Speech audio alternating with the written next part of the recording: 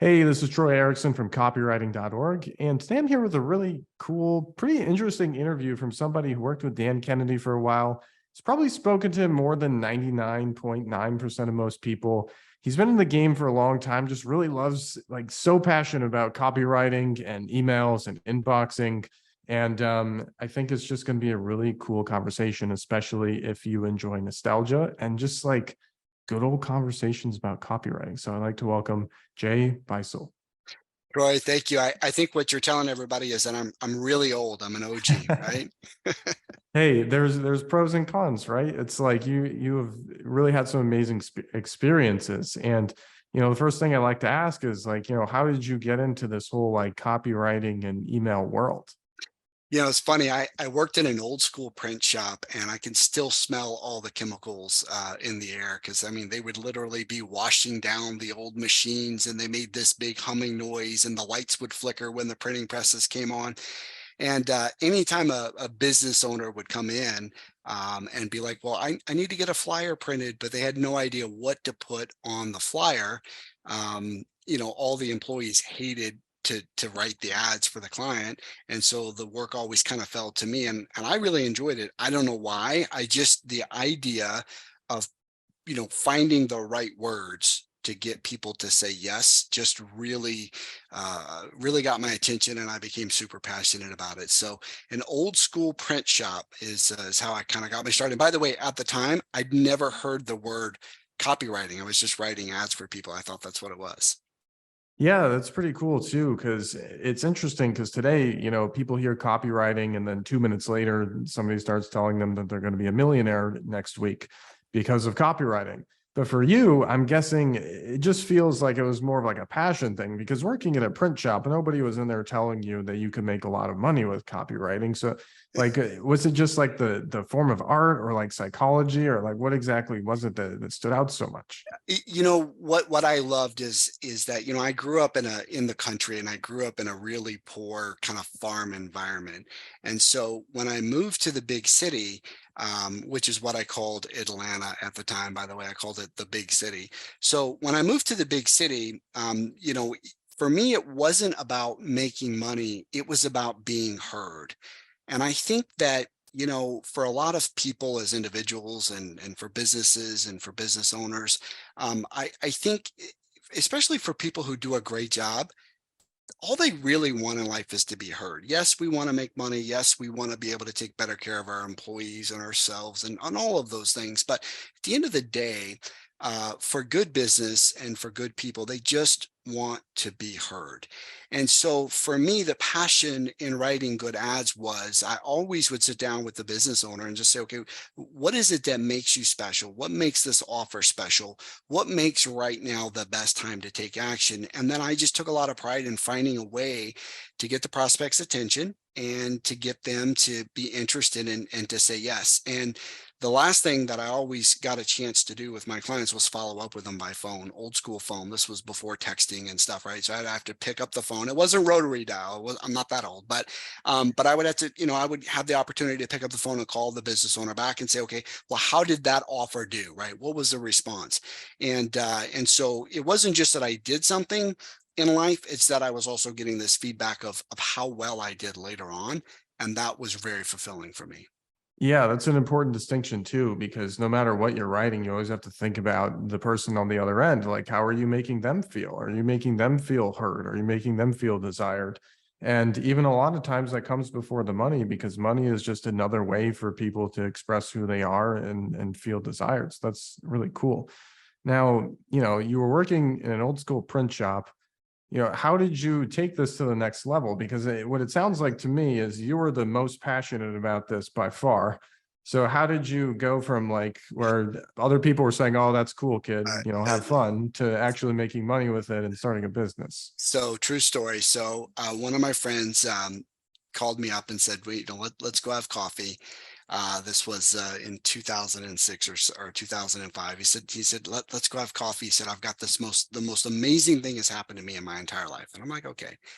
And so we sat down. I'm like, okay, what is this big thing? I mean, what's happening here? What's going on? And he's like, well, I've decided what I want to do with the rest of my life. I'm like, that's awesome. I thought it was funny. I thought he was going to say video games. I didn't know what he was going to say. I thought it was going to be funny, but he was dead serious.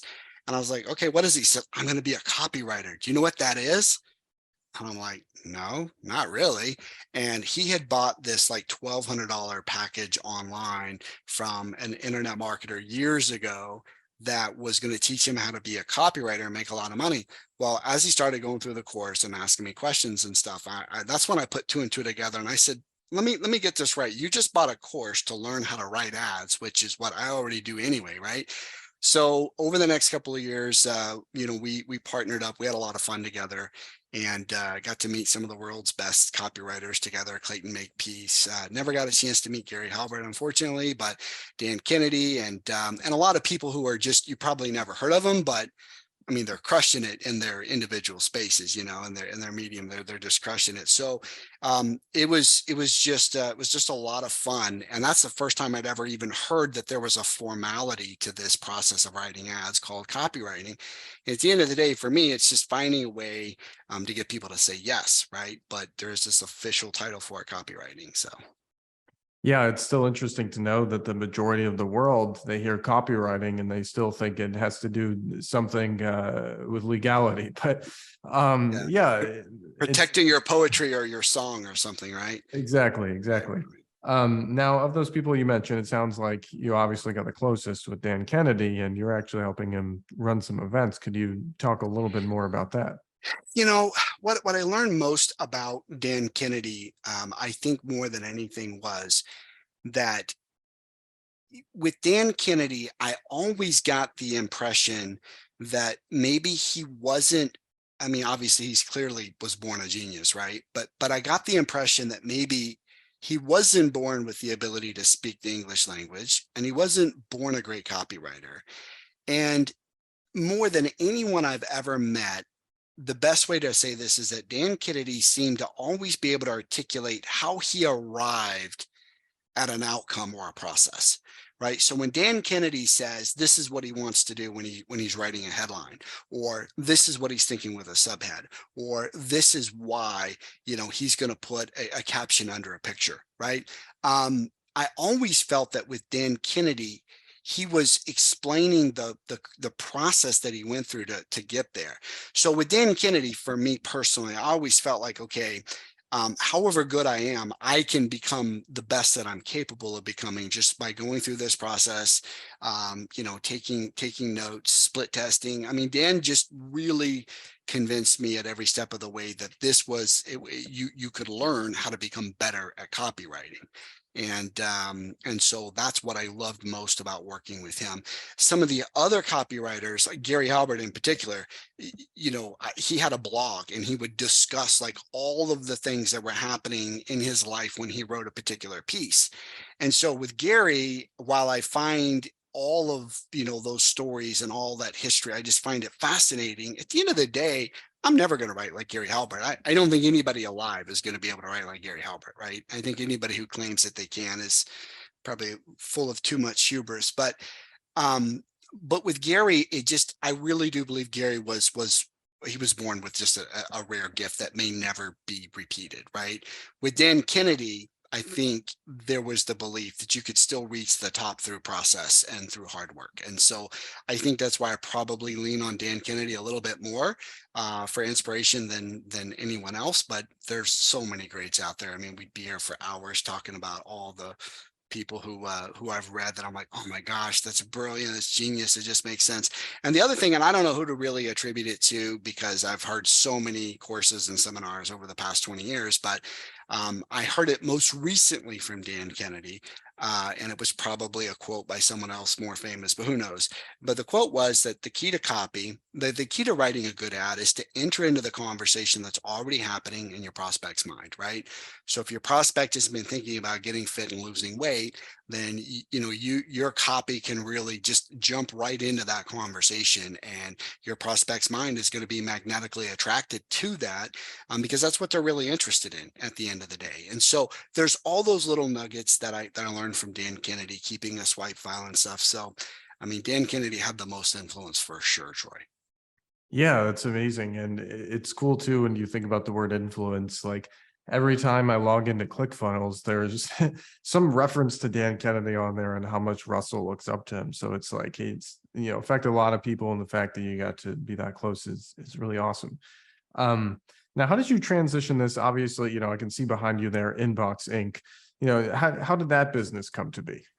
So, over the years, I've had some really exciting opportunities to write unique copy or direct mail pieces or website copy for clients. But the one thing that happens more often than not is businesses come to me and they want to know, hey, why is no one reading my emails? Right. And email has become, I think, just as important, if not more so, for many businesses than a phone number, right? Especially because more and more business is becoming an e-commerce type situation. I was in my local grocery store last week, and in my local grocery store where I buy, my sliced meat, my sliced cheese, and my milk, and my eggs, and my bread, they have partnered with Bed Bath and Beyond. My grocery store is partnered with Bed Bath & Beyond because Bed Bath & Beyond no longer needs a large standalone retail stores. What Bed Bath & Beyond needs is just simply a pickup place because all of their business is happening online. So for me, and for the clients that I service, email is something that they are recognizing is becoming more and more important because so many of their customers and so many of their prospects are really following up with brands that they know, like, and trust through email. And so the question always comes up, why are my emails not getting enough response? And usually there's no one answer, right? When we have to look at what is the deliverability, are we getting stuck in the promo tab? Are we getting stuck in the spam folder? Are headlines really getting attention? And then most importantly is are we really differentiating, this business owner to their audience so that they actually are writing content on a regular basis that the audience is excited to look for. There's a few, not many, but there's a few brands that if I haven't heard from them or I didn't recognize that I got an email from them, I'll actually go and search for them because I've become accustomed to having them in my life. And so for me, it was Inbox Inc. was just a function of more and more of my clients have recognized, without me saying anything to them, that email is the single fastest, easiest place for them to get the most ROI for their business. And so Inbox Inc. just was just natural. I help my clients get more customers by getting their email, more, not just more opened, not just more delivered, but really more engagement through their email. That's the key. It's the total engagement to get to the outcome that you're looking for. Yeah, a lot of people ask me too, like, how do I, make more from email? Like, what's your elevator pitch for that? And I tell them, hey, it's actually really simple. Like, make sure you inbox and send more emails, because at the end of the day, it's like your number of sends times your deliverability. So basically your open rate is how many people you're reaching. Right. So if we increase both of those, we're going to substantially increase the amount of people that are seeing our message every Yep. single week, every single month, every single year.